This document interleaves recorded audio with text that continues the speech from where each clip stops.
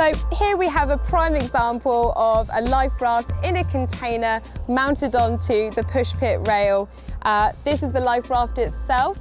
This bit here is the painter, and this is attached to the weak point, so the red point on the HRU unit. This has the hydrostatic release in it, so that the main body of the HRU, and just below it is the manual release. For the sake of the demonstration, we have actually tied retaining lines to the container just to prevent the container from sinking. In a real life emergency situation, then this is something that you don't need to include, so just ignore those ones. Okay, so manually releasing the unit. You want to reach down, you've got the manual release here, you just pull down this ring here, which releases the life raft. So once the life raft is in the water, you need to locate the painter. So reach for the painter, start pulling. Once you feel the resistance, give one pull, tug, which will release the rest of the line. You've got about 9 meters here. Keep pulling it in.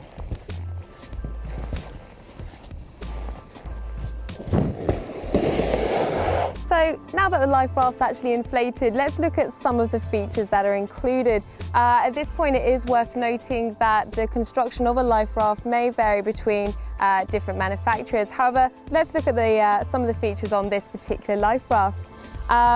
Starting from the bottom, you've got the PU tubes with reinforced corners. You've got underneath the life raft high volume ballasts, which really do keep the life raft stable. You've also got a semi-rigid boarding platform, so it really does make it much easier to get into the life raft. You've also got solar reflective taping on there, and also a solar strobe light on the top as well, all to aid visibility. Let's have a look at some of the internal features. It's worthwhile mentioning again the semi-rigid platform here I used to board. These handles, both here on the inside and this one here, are really good access points just to really haul yourself in. Attached to this, you've got internal stability lines, or lifelines. So if the water is, the sea is rough, then you can actually hold on to something just to sort of stabilize yourself. You've also got a thermally insulated floor. This particular life raft, it's removable, so you might want to remove it in warmer climates, for example. A lot of the life rafts do have them fixed in place.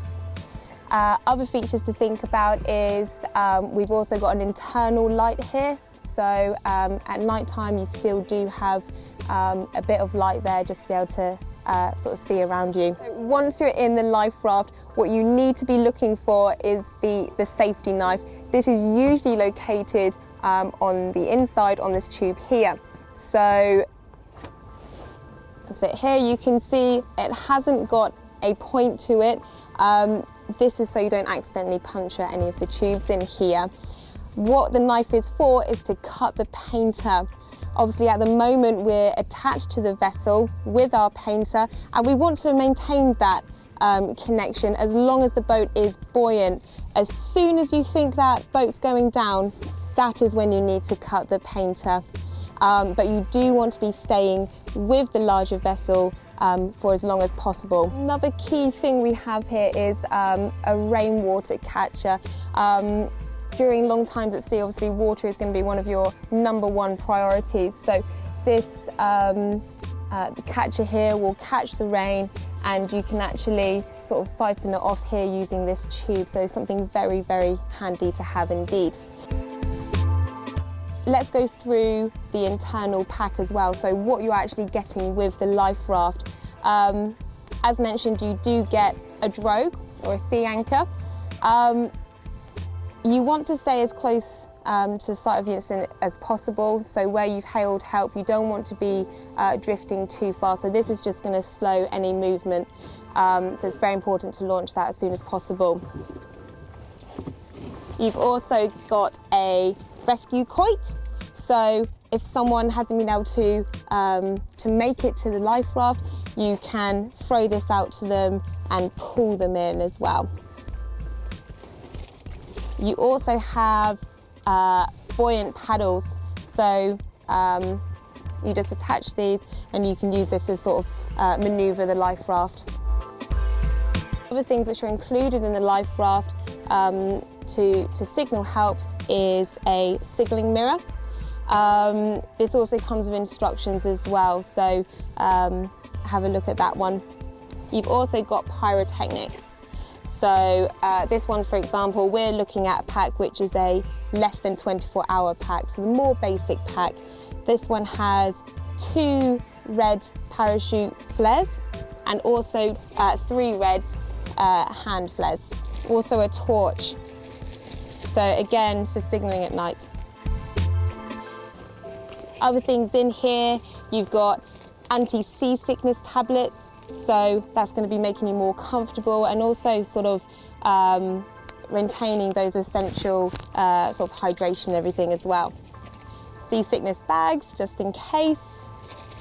You also have a puncture repair kit. These tubes are very, very sturdy, but it is worthwhile having this as well. You do have the SOLAS taping as well, so additional bits that you can put on. Inside, there's going to be instructions, so really key things just to sort of aid rescue. So here we've got emergency visual signals that you can do to attract attention.